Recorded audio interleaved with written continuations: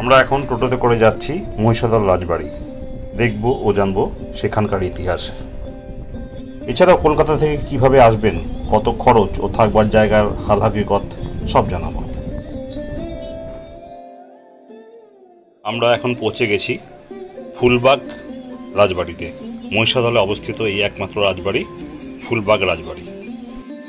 এছাড়াও আরও দুটি রাজবাড়ি ছিল, একটি একদম ধ্বংসপ্রাপ্ত হয়ে গেছে, আরেকটি রেস্টোরেশনের কাজ চলছে। এখানে ঢুকতে গেলে টিকিট কাটতে হবে নির্দিষ্ট কাউন্টার থেকে, জনপ্রতি 20 টাকা করে।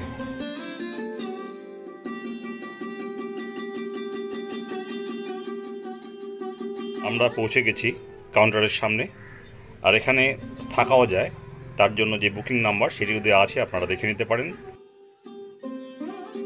এই মহিষাদল রাজবাড়ির গেস্ট হাউসে থাকতে গেলে এখানকার ভাড়া সর্বনিম্ন 3000 টাকা প্লাস জিএসটি, এছাড়াও সর্বোচ্চ 7500 টাকা প্লাস জিএসটি।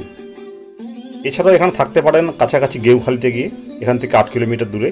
সেই গেউখালিতে কোথায় থাকবেন সেই নিয়ে একটি ভিডিও আমি উপর লিঙ্কে দিয়ে দিলাম, আপনাদের ইচ্ছে হলে আপনারা দেখে নিতে পারেন। গেউখালি নিয়ে একটি সম্পূর্ণ ভিডিও, তার লিঙ্ক আমি উপরের আই বাটনে এবং ডেসক্রিপশন বক্সে দিয়ে দিলাম, আপনাদের ইচ্ছে হলে আপনারা দেখে নিতে পারেন। আমরা এখন আছি ঠিক মহিষাদল রাজবাড়ির সামনে।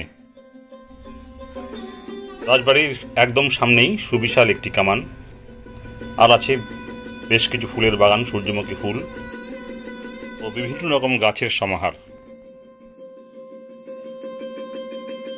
রাজবাড়ির ভেতরে আছে একটি সুবিশাল মিউজিয়াম, আর এখানে প্রবেশের সময় সকাল 10টা, আর খোলা থাকে 5:30, 6:30 এবং 6টা পর্যন্ত।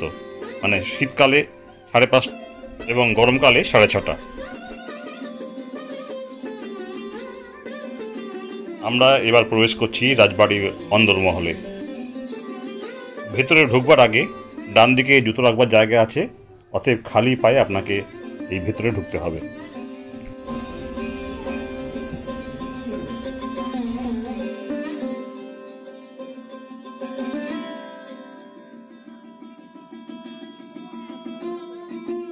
বিশেষ করে দুর্গাপুজো, রথযাত্রা ও বিভিন্ন উৎসবে এখানে প্রচুর মানুষের সমাগম হয়।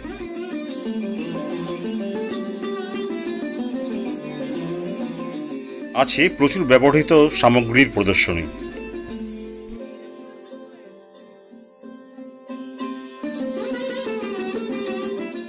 এই মহিষাদল রাজবাড়ি সম্পর্কে একটু ইতিহাসটা জেনে নিই, যা এখানে ডিসপ্লে করা আছে। ইতিহাসটি হলো 16শো শতাব্দীর মাঝামাঝি, আনুমানিক 1557 খ্রিস্টাব্দে উত্তরপ্রদেশ থেকে এক ব্রাহ্মণ ব্যবসা বাণিজ্য করতে নদী পেরিয়ে এই মেদিনীপুর জেলার অন্তর্গত গেউখালিতে এসে পৌঁছন। তার নাম জনার্দন উপাধ্যায়। উনি পূর্বে মুঘল সম্রাট আকবরের অধীনে সৈন্য বিভাগের উচ্চ পদের কর্মচারী ছিলেন।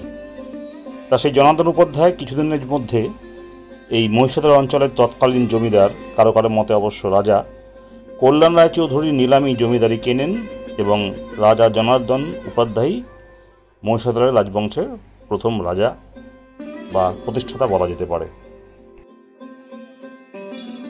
রাজা জনার্দন উপাধ্যায়ের পঞ্চম পুরুষ রাজা আনন্দলাল উপাধ্যায় পুত্রহীন হওয়ায় রাজার মৃত্যুর পর রানী জানকী দেবী দক্ষতার সঙ্গে রাজদায়িত্ব পালন করেন। সময় আনুমানিক এই 1770 থেকে 1804 খ্রিস্টাব্দে। এবং একমাত্র জামাতা ছক্কন প্রসাদ গর্গের পুত্র গুরুপ্রসাদ গর্গকে তার যা সম্পত্তি ছিল, রাজ্যপাট সহ তার সমস্ত স্থাবর অস্থাবর সম্পত্তি নিঃশর্তভাবে দান করেন ছক্কন গর্গের পুত্র গুরুপ্রসাদ গর্গকে।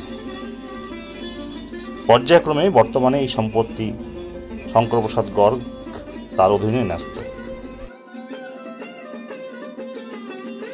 অনেক কিছুই ঠিকভাবে দেখাতে পারলাম না, কারণ এখানে অধিকাংশ জায়গায় ক্যামেরা অ্যালাউ নয়, কঠোরভাবে নিষিদ্ধ। এবার বলি কিভাবে আসবেন। হাওড়া থেকে 9:20 হলদিয়া লোকালে উঠে নামতে হবে সতীশ সামন্ত হল স্টেশনে। ভাড়া জনপ্রতি 25 টাকা, আর সময় লাগবে 2 ঘন্টা 10 মিনিটের মতো। স্টেশন থেকে মাত্র 10 টাকা টোটো ভাড়া দিয়ে আপনি চলে আসতে পারেন এই রাজবাড়িতে, বা পায়ে হেঁটেও আসতে পারেন। অথবা আপনি আসতে পারেন বাসে করে। হলদিয়াগামী যে কোনো বাসে মহিষাদলে নামতে হবে। কলকাতা বা হাওড়া থেকে দিনের দিন এসেই ঘুরে যেতে পারেন এই মহিষাদল রাজবাড়ি।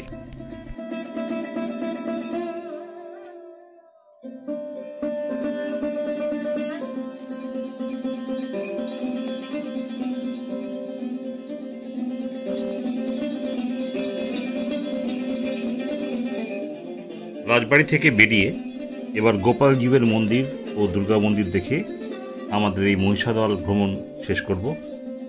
দেখা হবে পরবর্তী ভিডিওতে। ভালো থাকবেন ও অনেক ভালো ভালো জায়গায় ঘুরুন ও অনেক ট্রাভেল সংক্রান্ত ভিডিও দেখুন। ধন্যবাদ।